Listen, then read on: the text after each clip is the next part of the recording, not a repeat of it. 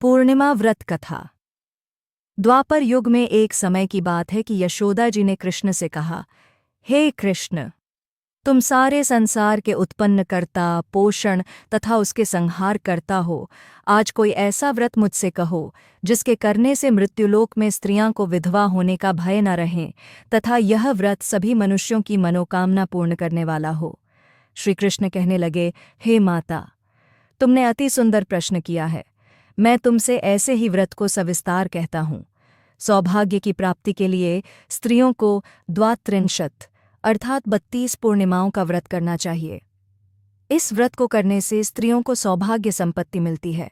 यह व्रत अचल सौभाग्य को देने वाला और भगवान शंकर के प्रति मनुष्य मात्र की भक्ति को बढ़ाने वाला है।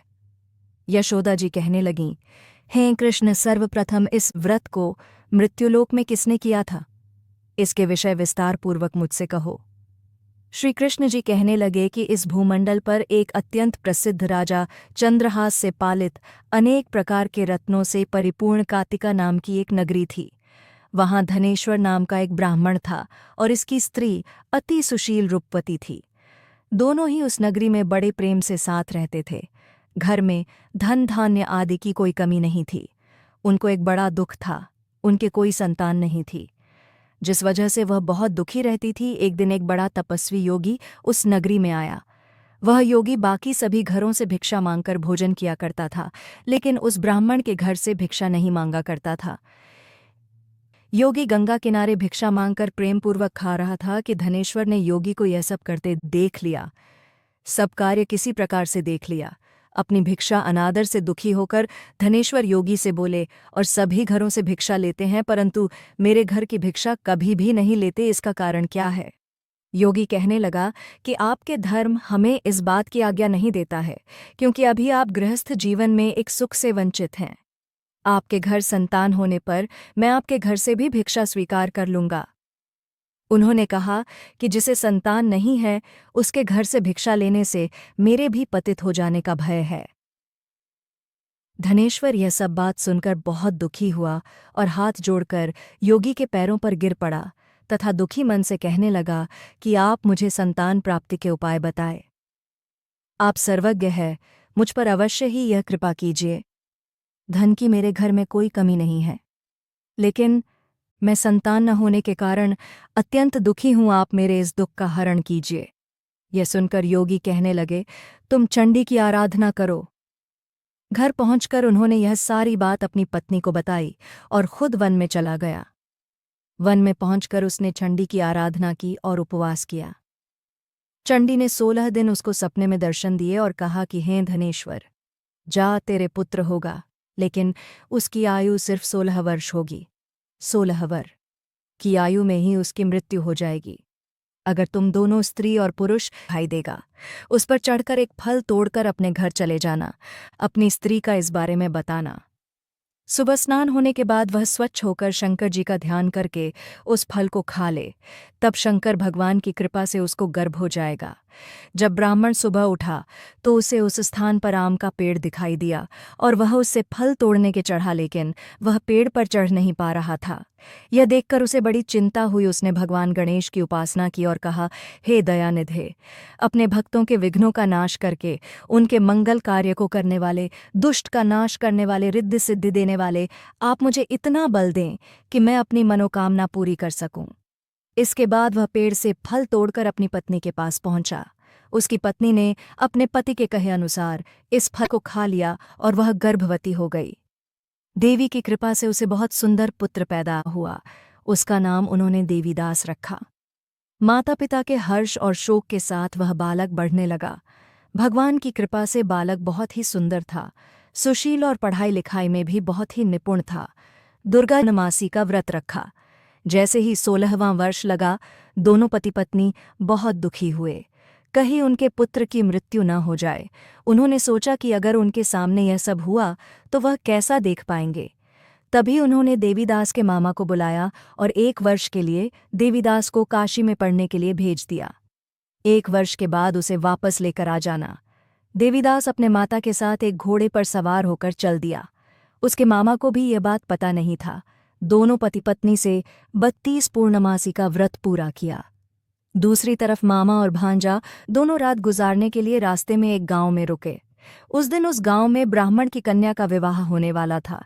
जिस धर्मशाला में वर और बारात के बाकी लोग रुके हुए थे, उसी धर्मशाला में देवीदास और उसका मामा ठहर गए।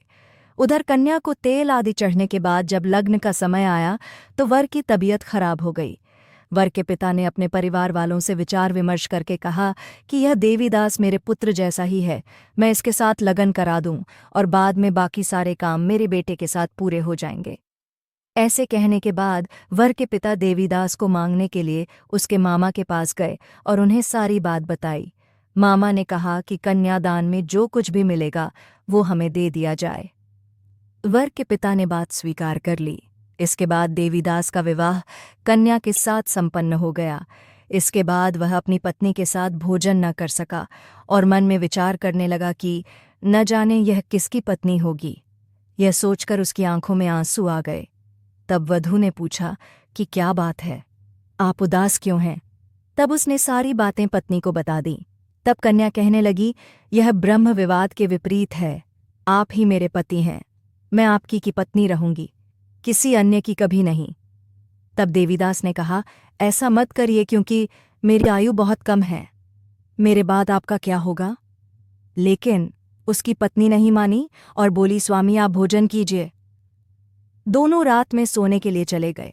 सुबह देवीदास ने पत्नी को 4 नगों से जड़ी एक अंगूठी दी और एक रुमाल दिया और बोला कि हे प्रिय, इसे लो और संकेत समझकर स्थिर चित्त हो जाऊं। मेरे मरण और जीवन जानने के लिए एक पुष्प वाटिका बना लो, उसमें सुगंधि वाली एक नव मल्लिका लगा लो, उसको प्रतिदिन जल से सींचा करें और आनंद के साथ खेलो कूदो।